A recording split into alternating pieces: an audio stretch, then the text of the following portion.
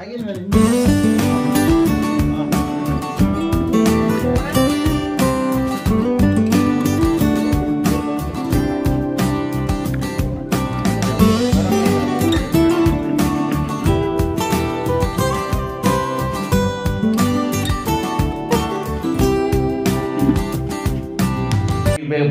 ಯಾವ ರೀತಿ ಇರಬೇಕು ಅನ್ನೋದು ಮಾತ್ರ ಎರಡೆರಡು ಮಾತಲ್ಲಿ ಮುಗಿಸ್ತೀನಿ.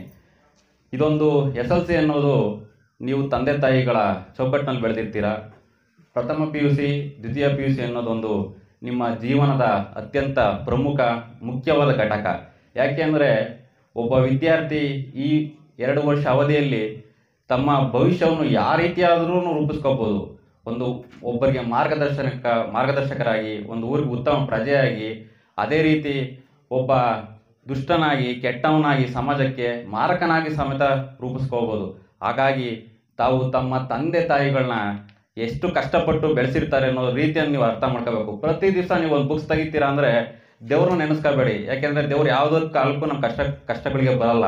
ಹಾಗಂತ ನಮಗೆ ದೇವ್ರು ಬೇಕು, ಭಯ ಭಕ್ತಿಯಿಂದ ಇರೋಕ್ಕೋಸ್ಕರ ನಮಗೆ ದೇವ್ರು ಬೇಕು. ಪ್ರತಿ ದಿವಸ ಒಂದು ಸಾರಿನಾದರೂ ನೀವು ನಿಮ್ಮ ವಿದ್ಯಾಭ್ಯಾಸ ಮಾಡೋದಕ್ಕಿಂತ ಮುಂಚೆಲೆ, ಪಠ್ಯಪುಸ್ತಕಗಳನ್ನ ತೆಗೆಯೋಕ್ಕಿಂತ ಮುಂಚೆಲೆ ತಂದೆ ತಾಯಿಗಳನ್ನ ಕಷ್ಟ ಕಾರ್ಪಣ್ಯಗಳನ್ನ ನೆನೆಸ್ಕೊಳ್ಳಿ. ಖಂಡಿತವಾಗೂ ನೀವು ಅವ್ರಿಗೆ ಧ್ವನಿಯಾಗಿ ನಿಂತ್ಕೊಳ್ತೀರಾ. ಯಾಕೆಂದರೆ ಅವ್ರು ತುಂಬ ಶ್ರಮ ವಹಿಸಿ ನನ್ನ ಮಗ ನನ್ನ ಮಗಳು ಬೆಳಿಬೇಕು, ನನ್ನ ಥರ ಕಷ್ಟಪಡಬಾರ್ದು, ನಮ್ಮ ಮನೆಗೆ ಒಬ್ಬಳು ಶಕ್ತಿ ಆಗಬೇಕು ಮಗ, ಊರಿಗೆ ಒಬ್ಬ ಧ್ವನಿ ಆಗಬೇಕು. ಊರಲ್ಲಿ ಅನೇಕ ಜನ ಬಡವರು ದೀನದಲಿತರು ಇರ್ತಾರೆ. ಅವ್ರಿಗೆ ಧ್ವನಿ ಆಗಬೇಕು ಅಂತ ಅನೇಕ ಕಷ್ಟಗಳನ್ನ ನೋಡಿರ್ತಾರೆ. ಅವ್ರಿಗೆಲ್ಲರೂ ನೀವು ಶಕ್ತಿ ಆಗಬೇಕು. ಅದೇ ರೀತಿ ನೀವು ಮನೆಗೆ ಮತ್ತೆ ನಿಮ್ಮನ್ನು ನೋಡಿ ನಿಮ್ಮ ಅಕ್ಕ, ತಂಗಿ, ತಮ್ಮ ಯಾರಾದರೂ ಇದ್ದರೆ ಅವರು ಸಮೇತ ನಮ್ಮ ಅಕ್ಕ ಓದ್ತಾ ಇದ್ದಾಳೆ, ನಾನು ಓದಬೇಕು ಅಂತ ಭಾವನೆ ಬರಬೇಕು. ಆ ನಿಟ್ಟಿನಲ್ಲಿ ಮಾತ್ರ ನೀವು ಸಾಧನೆ ಮಾಡಿದಾಗ ನಿಮ್ಮ ಬದುಕಿಗೆ ಒಂದು ಅರ್ಥ ಬರ್ತದೆ. ನಾವು ಬದುಕಿನಲ್ಲಿ ನಾವು ಹುಟ್ಟಬೇಕಾದ್ರೆ ಏನು ತರಲ್ಲ, ಒಂದು ಹುಟ್ಟು, ಒಂದು ಸಾವು, ಬದುಕು. ನಾವು ಯಾವ ಜಾತಿಯಲ್ಲಿ ಯಾವ ಧರ್ಮದಲ್ಲಿ ಹುಟ್ಟಬೇಕು ಅಂತ ಕೇಳ್ಕೊಂಬರಲ್ಲ, ಮತ್ತು ಸಾವು ನಮ್ಗೆ ಯಾವಾಗ ಬರ್ತೈತೆ ಅಂತ ಗೊತ್ತಿರೋಲ್ಲ. ನಾವೇನಾದರೂ ಸಾಧನೆ ಮಾಡಿದ್ರೆ ಮಾತ್ರ ಅದು ನಮ್ಮ ಬದುಕಾಗುತ್ತೆ. ಪ್ರತಿ ದಿವಸವೂ ನಾವು ಸಾವಿನ ಕಡೆ ಮುಖ ಮಾಡ್ತಾ ಇರ್ತೀವಿ. ಒಂದು ದಿನ 24 ಗಂಟೆ ಕಳೆದೋದ್ರೆ ನಮ್ಮ ಜೀವನದ ಒಂದು ದಿನದ ಆಯುಷ್ ಕಮ್ಮಿ ಆಗ್ತಾ ಇರ್ತದೆ. ಆ ನಿಟ್ಟಿನಲ್ಲಿ ನೀವೇನಾದರೂ ಸಾಧನೆ ಮಾಡಬೇಕು ಅಂತ ಆ ಮನಸ್ಸಲ್ಲಿ ತುಳಿತಾ ಇರಬೇಕು ನಿಮಗೆ. ಪ್ರತಿ ದಿವಸ ನಾನೇನಾದರೂ ಒಂದು ಸಾಧನೆ ಮಾಡಲೇಬೇಕು ಅಂತ. ಯಾಕೆಂದರೆ ಈಗ ಭಾಗ್ಯಲಕ್ಷ್ಮಿ ಮೇಡಮ್ ಅವರು ಮಾತಾಡ್ಬೇಕಾದ್ರೆ ಹೇಳಿದ್ರು, ನಮ್ಮ ಶಾಲೆಯಲ್ಲಿ 100 ಅಂಕ ತೆಗೆದಿದ್ದಾರೆ ಅಂತ.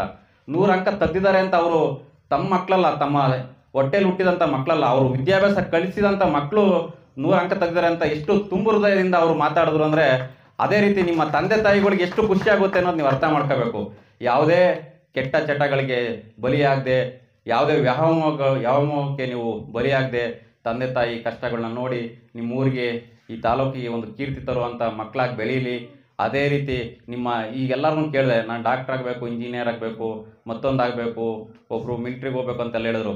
ನಿಮ್ಮೆಲ್ಲ ಆಶಯಗಳು ಈಡೇರಿರಲಿ. ಅದಕ್ಕೆ ತಕ್ಕ ಶ್ರಮಪಟ್ಟು ವಿದ್ಯಾಭ್ಯಾಸ ಮಾಡಿ. ಖಂಡಿತವಾಗ್ಲೂ ನಿಮ್ಮ ಜೀವನದಲ್ಲಿ ಒಳ್ಳೆಯದಾಗುತ್ತೆ. ಯಾರು ನೀವು ಶ್ರಮ ಇಟ್ಟು ಓದ್ತಿರೋ ಅವರು ನಿಜವಾಗ್ಲೂ ಮುಂದೆ ಬರ್ತೀರಾ. ಯಾಕೆಂದರೆ ಇವತ್ತು ನೀವು ಒಳ್ಳೊಳ್ಳೆ ಸ್ನೇಹಿತರನ್ನು ಸಂಪಾದನೆ ಮಾಡಿ. ನಿಮಗೆ ಸಂಗಡಿಗರು ಒಳ್ಳೆಯವರಿದ್ರೆ ಒಂದು 10-15 ಪುಸ್ತಕಕ್ಕೆ ಒಬ್ಬ ಸ್ನೇಹಿತ ಸಮಾನ ಆಗ್ತಾನೆ. ಆ ರೀತಿ ಒಳ್ಳೊಳ್ಳೆ ಪುಸ್ತಕಗಳನ್ನ ಅಭ್ಯಾಸ ಮಾಡಿ, ಅವನು ಓದಿ. ನಿಮಗೆ ಫ್ರೀ ಆಗಿರೋ ಟೈಮಲ್ಲಿ ಯಾವುದೇ ರೀತಿ ಮೊಬೈಲ್ ಎಷ್ಟು ಬೇಕೋ ಅಷ್ಟು ಉಪಯೋಗಿಸಿ. ಇಂಟರ್ನೆಟ್ಟು, ಗೂಗಲ್ ಇದೆ ಅಂತ ನಾವು ದುರ್ಬಳಕೆ ಮಾಡ್ಕೊಳೋದು ಬೇಡ. ನಮಗೆ ಬೇಕು, ಇವತ್ತಿನ ನಾವು ವಿದ್ಯಾಭ್ಯಾಸ ಮಾಡಬೇಕು, ಇವತ್ತಿನ ಟೆಕ್ನಾಲಜಿಗೆ ನಾವು ಮಾಧ್ಯಮಕ್ಕೆ ಹೊಂದ್ಕೊಂಡ್ರೆ ಮಾತ್ರನೇ ನಾವು ಏನಾದರೂ ಸಾಧನೆ ಮಾಡೋಕ್ಕಾಗೋದು. ಯಾಕೆಂದರೆ ಎಷ್ಟೋ ನಮಗೆ ಗೊತ್ತಿಲ್ಲದಂಥ ವಿಷಯಗಳು ನಾವು ಸುಮ್ಮನೆ ಮೊಬೈಲಲ್ಲಿ 2 ಅಕ್ಷರ ಹೊಡೆದಿದ ತಕ್ಷಣ ಅದು ಪೂರ್ತಿ ಇತಿಹಾಸನೇ ಬರ್ತೈತೆ. ಹಾಗಾಗಿ ನಿಮ್ಗೆ ಅವಶ್ಯಕವಾಗಿ ಮೊಬೈಲು ಬೇಕು. ಅದನ್ನು ಯಾವುದೇ ರೀತಿಯ ಕೆಟ್ಟ ಚಟಗಳಿಗೆ ಉಪಯೋಗಿಸ್ದಂಗೆ ನಿಮ್ಮ ಭವಿಷ್ಯಕ್ಕೆ ನೀವು ಅದಕ್ಕೆ ದಾರಿದೀಪವಾಗಿ ಒಂದು ಪುಸ್ತಕ ನಾವು ತಲೆ ತಗ್ಸಿ ಓದಿದ್ರೆ ಅದನ್ನು ನಮ್ಮ ತಲೆ ಎತ್ತಿ ಬಾಳುವಂಗೆ ಮಾಡ್ತದೆ. ಅದೇ ಒಂದು ಮೊಬೈಲ್ ನಾವು ತಲೆ ತಗ್ಸಿ ನಾವು ಮೊಬೈಲ್ ನೋಡ್ತಾ ಇದ್ರೆ ನಮ್ಮನ್ನು ತಲೆ ತಗ್ಸೋ ರೀತಿಯನ್ನೇ ಮಾಡ್ತದೆ. ಇದೆಲ್ಲ ನೀವು ಮನದಲ್ಲಿ ಇಟ್ಕೊಂಡು ನಿಮ್ಮ ಭವಿಷ್ಯಕ್ಕೆ, ನಿಮ್ಮ ದಾರಿದೀಪಕ್ಕೋಸ್ಕರ ನಿಮ್ಮ ತಂದೆ ತಾಯಿ ಕಷ್ಟಗಳನ್ನ ಪಡಬಾರ್ದು. ನೀವು ಇವಾಗ ಇಲ್ಲಿ ಅನೇಕ ಜನ ಸಾಧನೆ ಮಾಡಿರೋರು ಇದ್ದಾರೆ. ಸಂಸ್ಥೆಗಳನ್ನ ಕಟ್ಟಿ 10 ಜನ, 2 ಜನ, ಒಬ್ಬರನ್ನ ಸ್ಟೂಡೆಂಟ್ಗಳನ್ನ ಇಟ್ಕೊಂಡು ಅವ್ರ ಫೀಸ್ ಕಟ್ಟಿಸ್ಕೊಂಡು ಬಸ್ ಇಲ್ದಲ್ಲೇ ಸ್ಕೂಟ್ರಲ್ಲಿ ಬಿಟ್ಟು ಬಂದು ಅನೇಕ ಶ್ರಮ. ಮಂಜಣ್ಣವ್ರು ನನಗೆ ಯಾವಾಗಲೂ ಹೇಳ್ತಿರ್ತಾರೆ, ತುಂಬ ಕಷ್ಟಪಟ್ಟು ಕಟ್ಟಿದ್ದೀನಪ್ಪ, ಇವತ್ತು ಕಷ್ಟ ಐತೆ ಕಾಂಪಿಟೇಷನ್ ಮಾಡೋದು ಅಂತ. ಅದೇ ಥರ ನಮ್ಮ ಪರಮೇಶ್ ಗೌಡ್ರದ್ದು ಇರ್ಬೋದು, ನಮ್ಮ ಭಾಗ್ಯಲಕ್ಷ್ಮಿ ಮೇಡಮ್ ಅವ್ರದ್ದು ಇರ್ಬೋದು, ಇಂಥ ಅನೇಕ ಸಮಸ್ಯೆಗಳು ಇರ್ತವೆ. ದಯಮಾಡಿ ನೀವು ಶ್ರಮ ಕೊಡ್ರಿ. ನಿಮ್ಮ ತಂದೆ ತಾಯಿಯ ಕನಸಿಗೆ ಎಳ್ಳು ನೀರು ಬಿಡುವಂಥ ಪ್ರಯತ್ನ ಮಾಡಬೇಡ್ರಿ. ಅದಕ್ಕೆ ಒಳ್ಳೆ ನೀರು ಬಿಟ್ಟು ಪೋಷಿಸ್ರಿ. ನೀವು ದೊಡ್ಡ ಎಮ್ಮರವ ಬೆಳಿತೀರಾ. ನೀವು ಆ ಎಮ್ಮರದ ಅಡಿಯಲ್ಲಿ ಸಾವಿರಾರು ಜನ ನೆರಳಿನ ಆಶ್ರಯ ಪಡೀಲಿ ಅಂತ ತಮ್ಮೆಲ್ಲರಿಗೂ ಶುಭವಾಗಲಿ. ನಿನ್ನೆ ಒಂದು 3 days ಬಿಟ್ಟು ಪ್ಲಾನ್ ಮಾಡಿದ್ವಿ. ಸೊ ಎಬೋ 90 ಯಾರಿದ್ದಾರೆ, 95 ಆಗಿದ್ದಾರೆ ಅಂತ. ಆ್ಯಕ್ಚುಲಿ ಹುಲಿಕುಂಟೆ ಹೋಬಳಿಯ ವ್ಯಾಪ್ತಿಯಲ್ಲಿ ಯಾರ್ಯಾರು 95 ಎಬೋ ಇದ್ದಾರೆ, 90 ಎಬೋ ಇದ್ದಾರೆ ಅಂತ ಚೆಕ್ ಮಾಡಿದಾಗ ಅದರಲ್ಲೂ ನಮ್ಮ ಬರ್ಗೂರು ಗ್ರಾಮದಲ್ಲಿ, ಬರ್ಗೂರಿನ ಸ್ಕೂಲಿನಲ್ಲಿ ಅತಿ ಹೆಚ್ಚು ಲಿಟಲ್ ಜೋಸೆಫ್ ಕಾನ್ವೆಂಟಲ್ಲಿ 14 ಜನ ವಿದ್ಯಾರ್ಥಿನಿಯರು ಎಬೋ 90% ಇರೋದು ತುಂಬ ಗ್ರೇಟ್ ಅನ್ನಿಸ್ತು. ಮತ್ತು ಪರಮೇಶ್ವರ್ ಗೌಡ್ರ ಸ್ಕೂಲಲ್ಲಿ 4 ಜನ, ಅವರು ತುಂಬ ಗ್ರೇಟ್ ಅನ್ನಿಸ್ತು. ಮತ್ತು ಅರುಣೋದಯ ಸ್ಕೂಲಲ್ಲೂ ಇದ್ದಾರೆ. ಗೌರ್ಮೆಂಟ್ ಸ್ಕೂಲ್ ಬರ್ಗೂರು ಸ್ಕೂಲಲ್ಲಿ ಇಬ್ಬರು. ಇವ್ರನ್ನೆಲ್ಲ ಕಲೆಕ್ಟ್ ಮಾಡಿ ಹುಲಿಕುಂಟೆ ಹೋಬಳಿ ವ್ಯಾಪ್ತಿಯಲ್ಲಿ ಒಂದು ಪ್ರಶಸ್ತಿ ಪತ್ರವನ್ನು ನೀಡುವುದರ ಮುಖೇನ ಅವ್ರಿಗೆ ಉತ್ತೇಜನ ಕೊಡುವಂಥ ಪ್ಲ್ಯಾನ್ ಮಾಡಿ ಸೊ ಇವತ್ತು ಆಯೋಜನೆ ಮಾಡಿದ್ದೀವಿ. ಅದು ಇವತ್ತು ನಮಗೇನಂದರೆ ಇವರು ಹೇಳ್ದಂಗೆ ಗ್ರಾಮೀಣ ಭಾಗದಲ್ಲಿ ಸಂಸ್ಥೆ ನಡೆಸೋದು ವೆರಿ ಡಿಫಿಕಲ್ಟ್. ಯಾಕೆಂದರೆ ಫಾರ್ ಎಕ್ಸಾಂಪಲ್ ಏನಂದರೆ 5th ಅಡ್ಮಿಷನ್ ಆದರೆ 4 ಮೆಂಬರ್ಸ್ 3 ಮೆಂಬರ್ಸ್ ಆಗ್ತಾರೆ 4th 5th. ಸೊ ಟೀಚರ್ಸ್ ಬೇಕಾದ್ರೆ ಅದು 6 ಮೆಂಬರ್ಸ್ ಟು 8 ಮೆಂಬರ್ಸ್ ಬೇಕಾಗ್ತಾರೆ. ಅವ್ರಿಗೆ ಸ್ಯಾಲ್ರಿ ಕೊಡೋದು ಡಿಫಿಕಲ್ಟು. ಸ್ಟೇಜಲ್ಲಿ ಆ ಸಂಸ್ಥೆಯನ್ನು ನಡೆಸೋದು ವೆರಿ ಡಿಫಿಕಲ್ಟು ಈ ಗ್ರಾಮೀಣ ಭಾಗದಲ್ಲಿ. ಅದರಲ್ಲೂ ರಿಸಲ್ಟು ಕೊಡ್ತಾ ಈ ಸಂಸ್ಥೆಯನ್ನು ನಡೆಸ್ಕೊಂಬಂದಿರ್ತಕ್ಕಂಥದ್ದು, ಅದರಲ್ಲೂ ನಮ್ಮ ಹುಲಿಕುಂಟೆ ಹೋಬಳಿಯ ಬರ್ಗೂರು ವ್ಯಾಪ್ತಿಯಲ್ಲಿ ತುಂಬ ಗ್ರೇಟ್ ಅನ್ನಿಸುತ್ತೆ. ಮತ್ತು ಶಿರಾದಲ್ಲಿ ಪ್ರೆಸಿಡೆನ್ಸಿ ಯಾವ ಥರ, ಬರ್ಗೂರಿನ ನಮ್ಮ ಸ್ಕೂಲು 3 ಸ್ಕೂಲ್ಗಳು ಕೂಡ ಒಳ್ಳೆ ರಿಸಲ್ಟ್ ತರ್ತಾ ನಮ್ಮ ಗ್ರಾಮೀಣ ಭಾಗದ ವಿದ್ಯಾರ್ಥಿಗಳಿಗೆ ತುಂಬ ಅನುಕೂಲ ಆಗ್ತಾಯಿದೆ.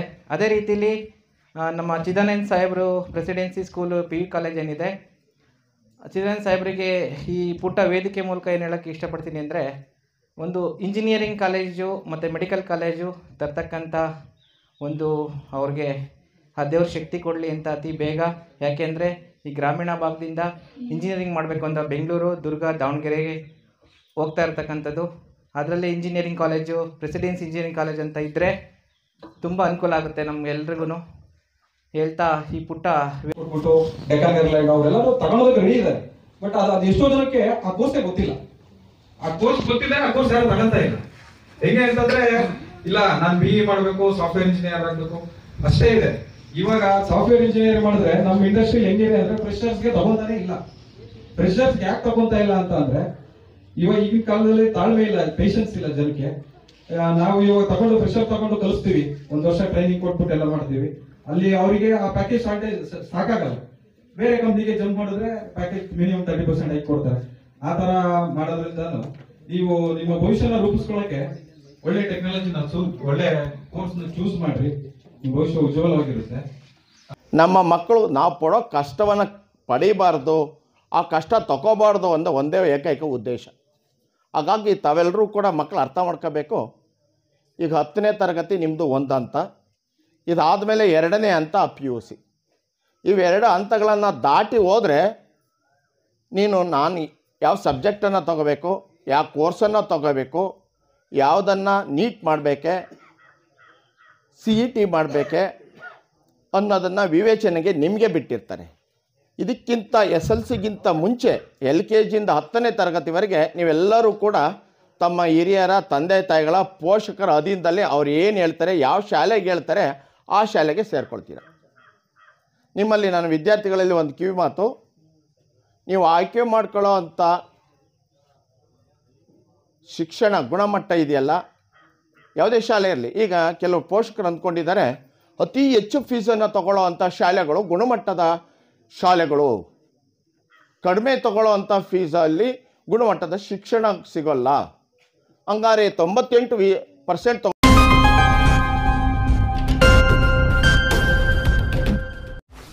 84ರಿಂದ 50 kg ಬಂದೆ. ಆಮೇಲೂ ಸಣ್ಣಗೆ ಫಿಟ್ ಆಗಿದ್ದೀನಿ. ಅದಕ್ಕೆ ನಾನು ಯೂಸ್ ಮಾಡ್ತಾ ಇರೋದು ಜೀನಿ ಸ್ಲಿಮ್. ಸಣ್ಣ ಆಗೋಕ್ಕೆ ಜೀನಿ ಸ್ಲಿಮ್ ಯೂಸ್ ಮಾಡಿದೆ, ಹೆಲ್ದಿನೂ ಅದೇ. ನೀವು ಸಣ್ಣ ಆಗಬೇಕಾ, ಹೆಲ್ದಿ ಆಗಬೇಕಾ? ಹಾಗಿದ್ರೆ ಜೀನಿ ಸ್ಲಿಮ್ ಯೂಸ್ ಮಾಡಿ. ಸಣ್ಣ ಆಗೋದಕ್ಕೆ ಯಾವುದೋ ಪ್ರಾಡಕ್ಟ್ ಹೇಳ್ತಾ ಇದ್ದಾಳೆ, ಏನಾದರೂ ಸೈಡ್ ಎಫೆಕ್ಟ್ಸ್ ಇದೆ ಅಂತ ಯೋಚನೆ ಮಾಡ್ತಾ ಇದ್ದೀರಾ?